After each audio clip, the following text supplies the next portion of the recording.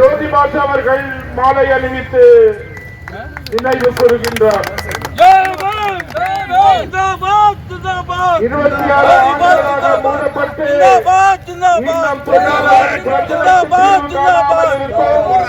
மத்திய அரசாங்கத்தை மாநில அரசாங்கத்தை எதிர்த்து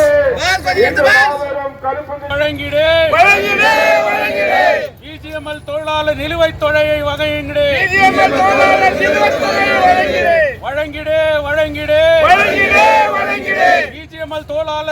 தொகையை வழங்கிடு சொந்தமாக்கு பிஜிஎம்எல் குடியிருப்புகளை சொந்தமாக்கு பிஜிஎம்எல் குடியிருப்புகளை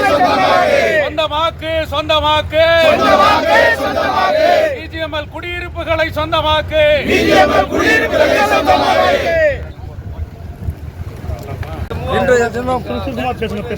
இன்றைய தினம் தங்கச் சுரங்கம் மூடி 26வது ஆண்டுகள் நடைபெறுகின்றது.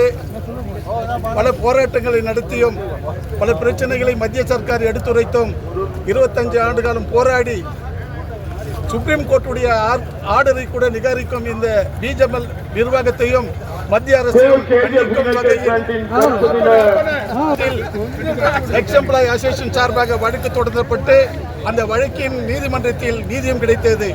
அதில் என்ன நீதி கிடைக்கிறது என்றால் 6% வட்டியும் நிலுவைத் தொகை எப்போது நீங்கள் வழங்குகிற அது வரைக்கும் கொடுக்க வேண்டும் என்று நீதியரசர் பூனாச்சி அவர்கள் அறிவித்தார்.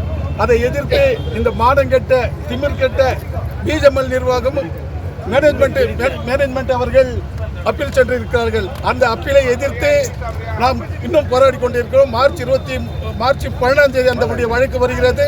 தொழிலாளர்கள் அனைவரும் அந்த நீதிமன்றத்திற்கு வர வேண்டும். அதே போல இந்த போராட்டம் எதற்கு என்றால் சேவ் கமிட்டி யூனிட் அவர்கள் இந்த தொழிலாளருக்காக டெல்லியில் சென்று ஜந்தர் மந்தர் பகுதியிலே கூட போராடியது அனைவரும் அறிந்தோம். இந்த மாதிரி பிரச்சனைக்காக சேவ் கமிட்டி யூனிட் நமக்கு ஆதரவு அளித்ததாகவும் இங்கு சில கைக்குலிகள் வராது போனாலும் தொழிலாளிகள் வயதாகிவிட்டு வராதவர்கள் பரவாயில்லை வந்து கூட அவர்கள் மேனேஜ்மெண்ட்டுக்கு அடிமையாகிட்டு வராது இருக்கிறார்கள்.